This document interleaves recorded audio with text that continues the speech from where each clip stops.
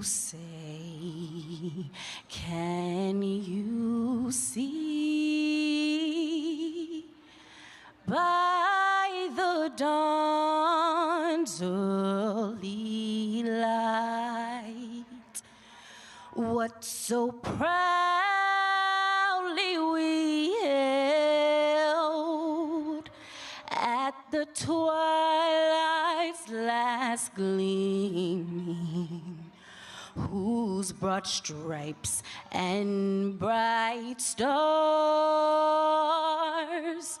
through the perilous fight o'er the ramparts we watched were so gallantly streaming, and the rocket's red glare, the bombs bursting in air, gave proof through the night that our flag was still there.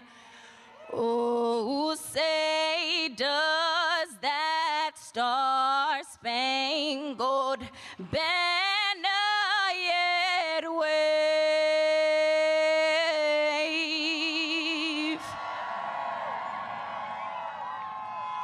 o'er the land of the free and the home of the brave.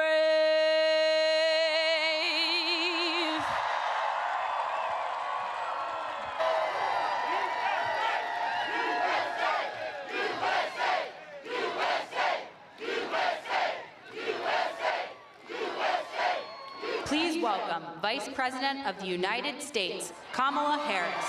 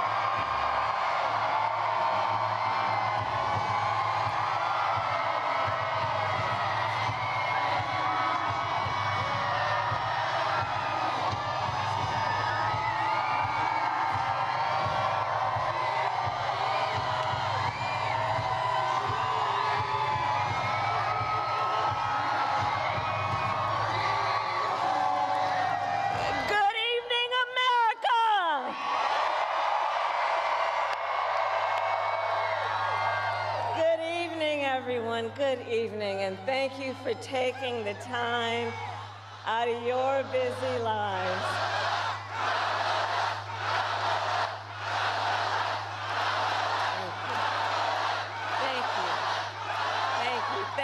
Thank you, everyone.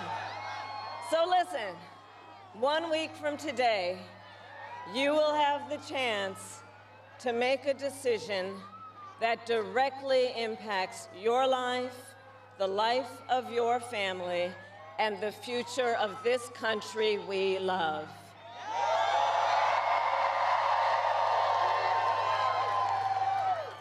And it will probably be the most important vote you ever cast.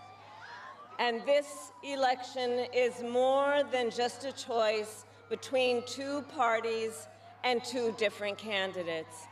It is a choice about whether we have a country rooted in freedom for every American or ruled by chaos and division.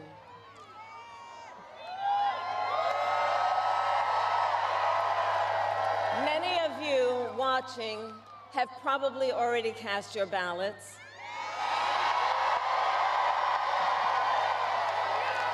But I know many others are still considering who to vote for, or whether you'll vote at all.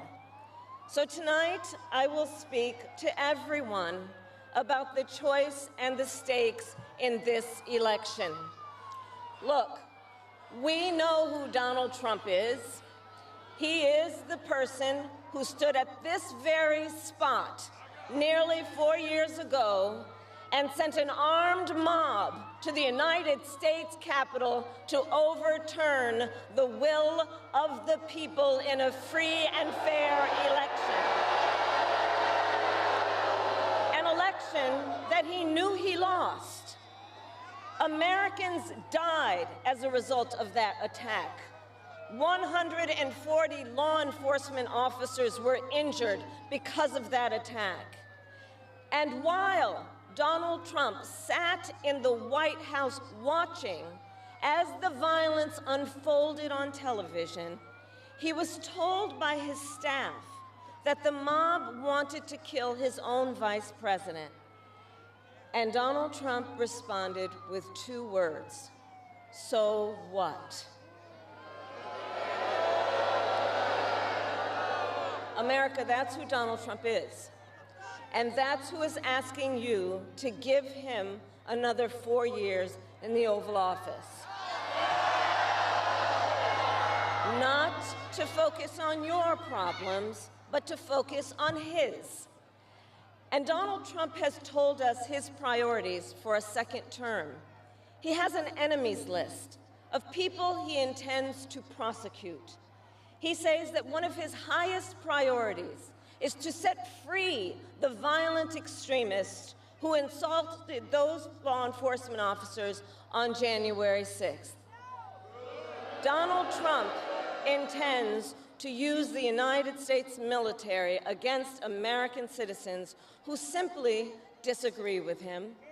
People he calls, quote, "the enemy from within."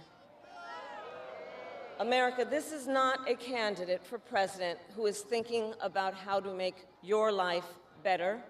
This is someone who is unstable, obsessed with revenge, consumed with grievance, and out for unchecked power.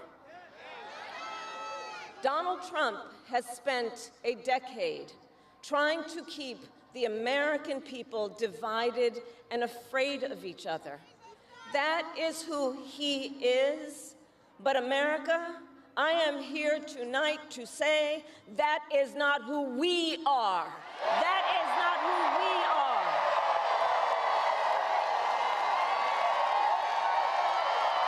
That is not who we are. You see, what Donald Trump has never understood is that e pluribus unum, out of many, one, isn't just a phrase on a dollar bill.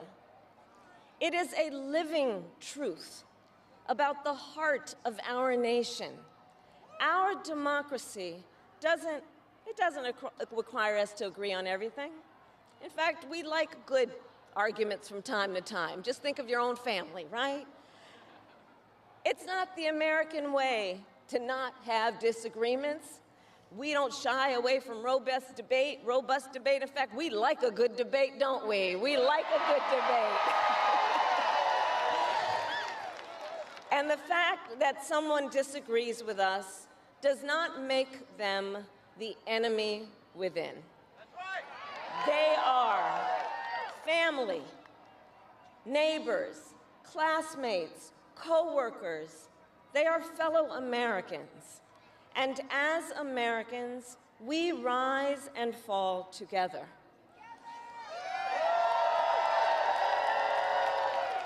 America, for too long, we have been consumed with too much division, chaos, and mutual distrust.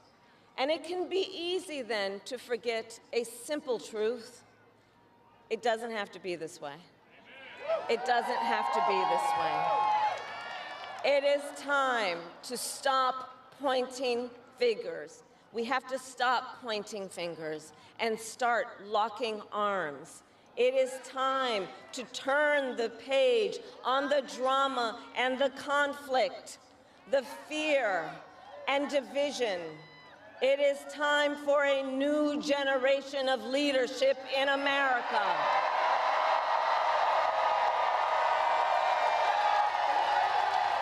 And I am ready to offer that leadership as the next President of the United States of America.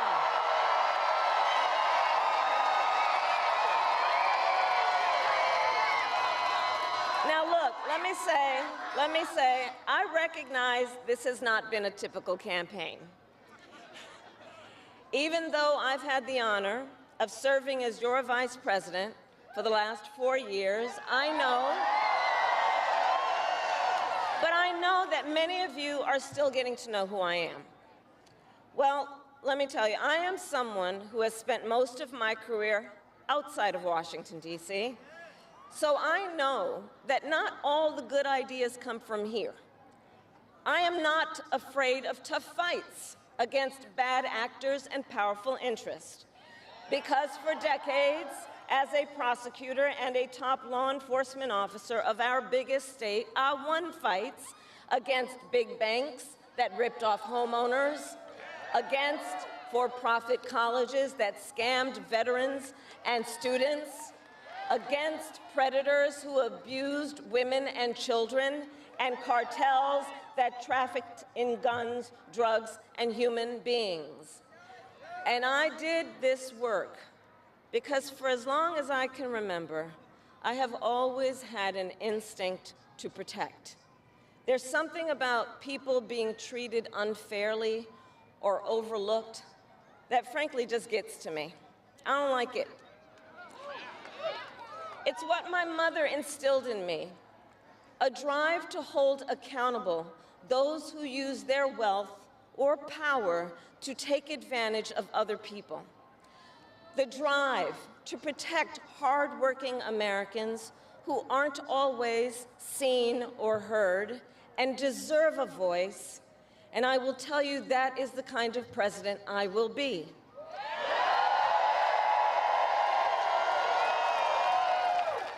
And look, I'll be honest with you, I'm not perfect, I make mistakes, but here's what I promise you. I will always listen to you, even if you don't vote for me. I will always tell you the truth, even if it is difficult to hear. I will work every day to build consensus and reach compromise to get things done. And if you give me the chance to fight on your behalf, there is nothing in the world that will stand in my way.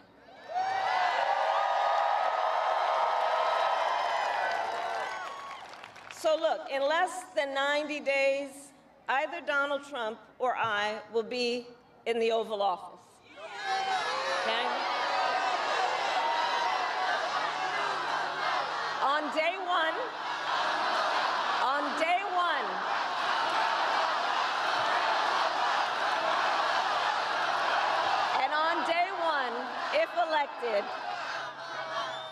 day one, if elected, Donald Trump would walk into that office with an enemies list. When elected, I will walk in with a to-do list full of priorities of what I will get done for the American people. And I will work with everyone, Democrats, Republicans, and independents, to help Americans who are working hard and still struggling to get ahead. I have been honored to serve as Joe Biden's vice president.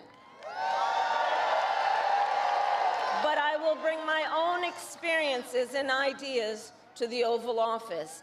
My presidency will be different because the challenges we face are different.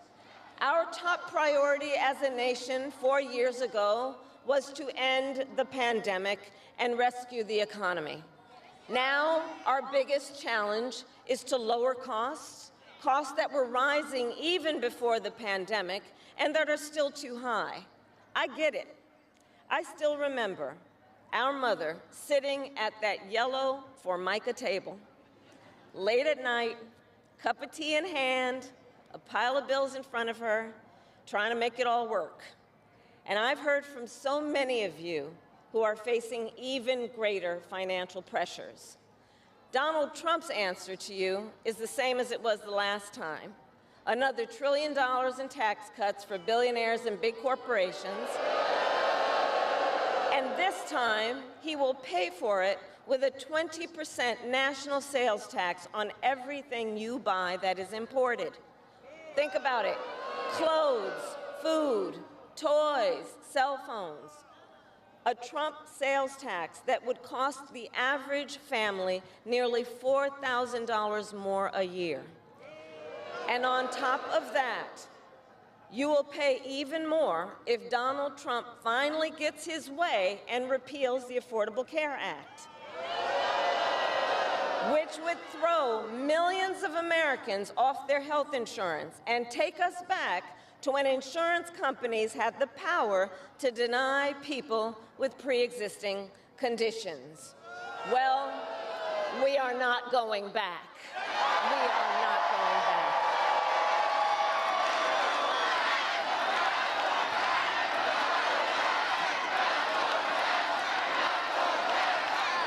We are not going back, because we also know Donald Trump would deliver tax cuts to his billionaire donors. I will deliver tax cuts to working people and the middle class. I will make sure you have a chance not just to get by, but to get ahead. Because I believe in honoring the dignity of work. I will enact the first ever federal ban on price gouging on groceries. Cap the price of insulin and limit out-of-pocket prescription costs for all Americans. I will fight to make sure that hardworking Americans can actually afford a place to live. I'll never forget how our mother saved up and how excited she was when she could finally afford to buy our first home. I remember how excited she was. And I know that owning a home is not only a measure of financial security, it's about the pride of your hard work. And as president, I will fight to help first-time home buyers with your down payment, take on the companies that are jacking up rents, and build millions of new homes. For years, we have heard excuses about why America can't build enough housing. Enough with the excuses. I'm going to cut the red tape and work with the private sector and local governments to speed up building and get it done. And the cost of housing isn't the only financial pressure on middle-class families.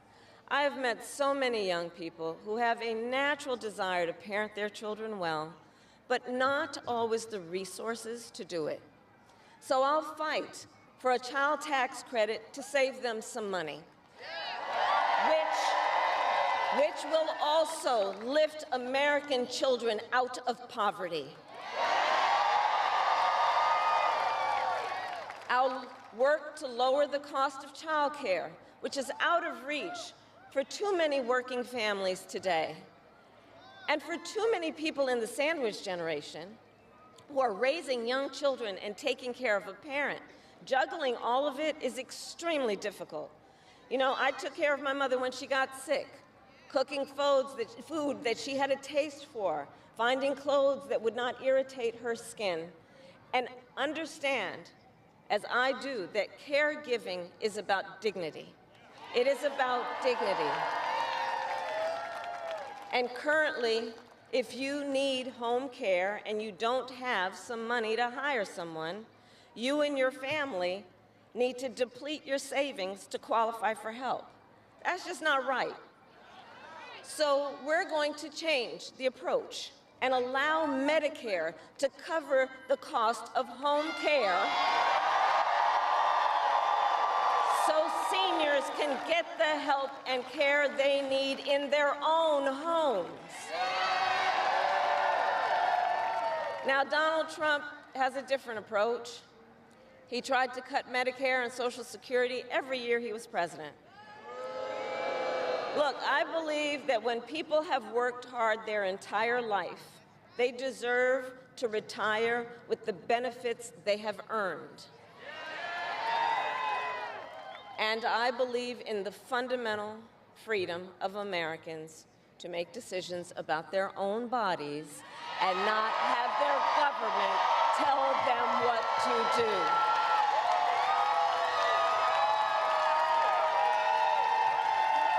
I will fight to restore what Donald Trump and his hand-selected Supreme Court justices took away from the women of America.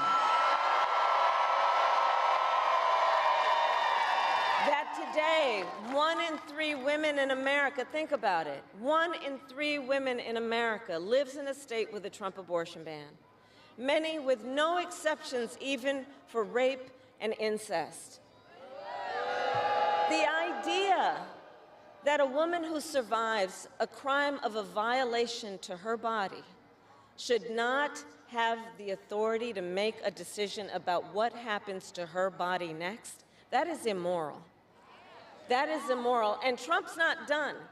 He would ban abortion nationwide, restrict access to birth control and put IVF treatments at risk, and force states to monitor women's pregnancies.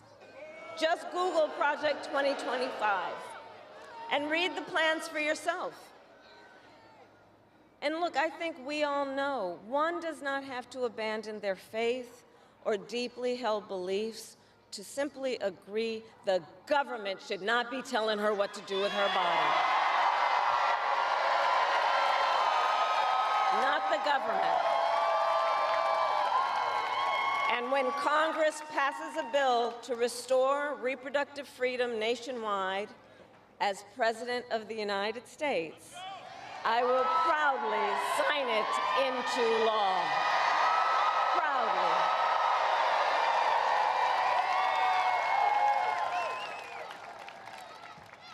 And look, on another subject, politicians have got to stop treating immigration as an issue to scare up votes in an election. And instead, treat it as the serious challenge that it is that we must finally come together to solve. I will work with Democrats and Republicans to sign into law the border security bill that Donald Trump killed. When I was Attorney General of a border state, I saw the chaos and violence caused by transnational criminal organizations that I took on. And when I am president, we will quickly remove those who arrive here unlawfully, prosecute the cartels, and give Border Patrol the support they so desperately need. At the same time, we must acknowledge we are a nation of immigrants. And I will work with Congress to pass immigration reform, including an earned path to citizenship for hardworking immigrants like farm workers and our dreamers. As Commander-in-Chief, I will make sure America has the strongest, most lethal fighting force in the world. Donald Trump, on the other hand, has shown his contempt for our nation's heroes, calls them suckers and losers, called a 4-star Marine general a, quote, lowlife. I will always honor, never denigrate, the service and sacrifice of our troops and their families, and fulfill our sacred obligation to care for them.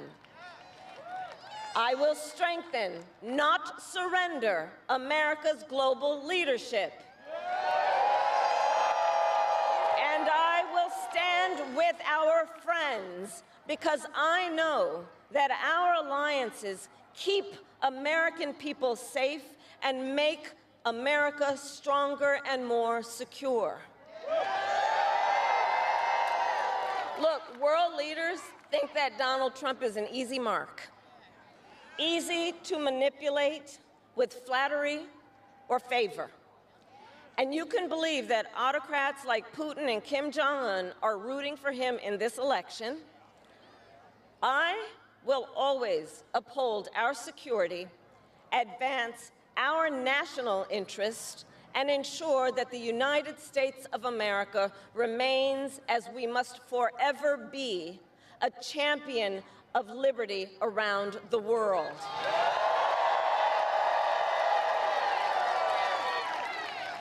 America, we know what Donald Trump has in mind. More chaos, more division, and policies that help those at the very top and hurt everyone else. I offer a different path, and I ask for your vote.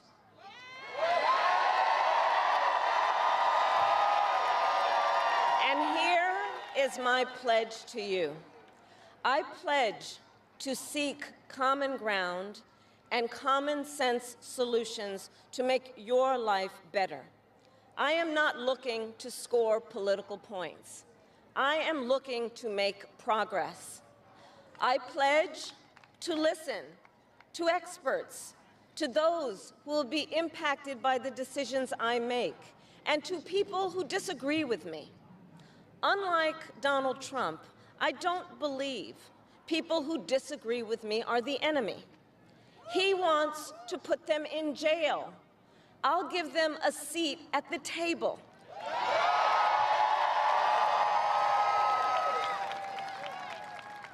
I pledge to you to approach my work with the joy and optimism that comes from making a difference in people's lives. And I pledge to be a president for all Americans. And to always put country above party and self.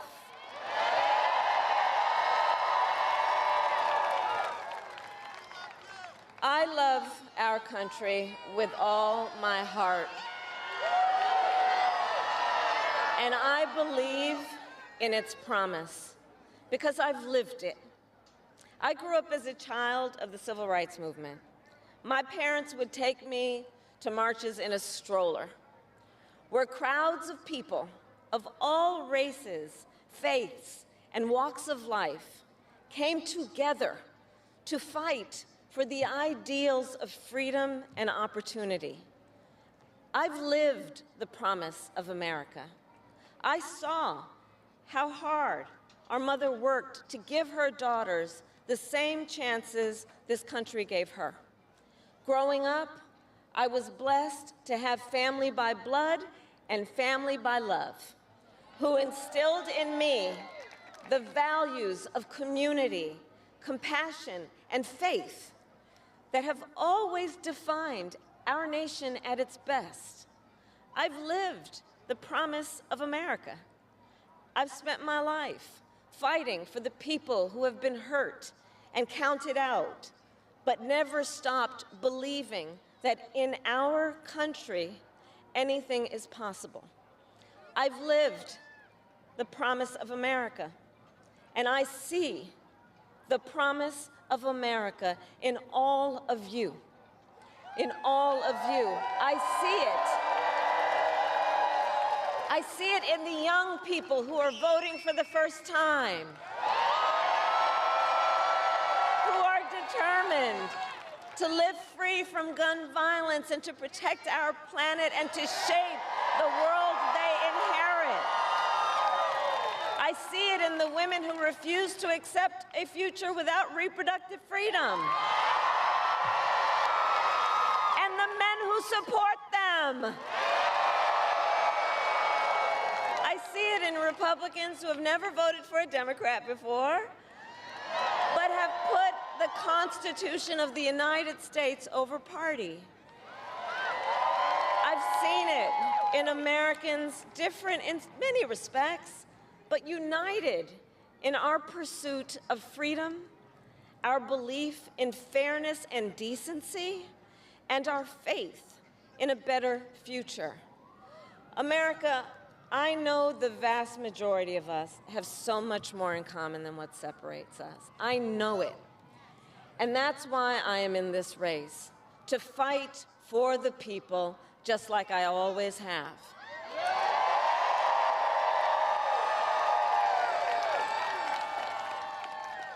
Nearly 250 years ago, America was born when we wrested freedom from a petty tyrant.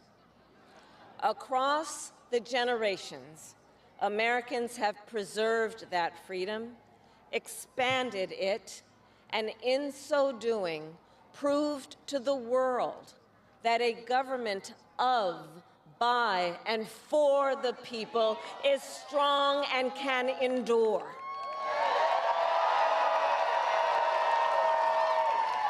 And those who came before us, the patriots at Normandy and Selma, Seneca Falls and Stonewall, on farmlands and factory floors, they did not struggle, sacrifice, and lay down their lives only to see us cede our fundamental freedoms. They didn't do that only to see us submit to the will of another petty tyrant. These United States of America, we are not a vessel for the schemes of wannabe dictators. The United States of America is the greatest idea humanity ever devised. A nation big enough to encompass all our dreams, strong enough to withstand any fracture or fissure between us, and fearless enough to imagine a future of possibilities. So America, let us reach for that future. Let us fight for this beautiful country we love. And in 7 days, we have the power, each of you has the power to turn the page and start writing the next chapter in the most extraordinary story ever told. I thank you all. God bless you, and may God bless the United States of America. Thank you.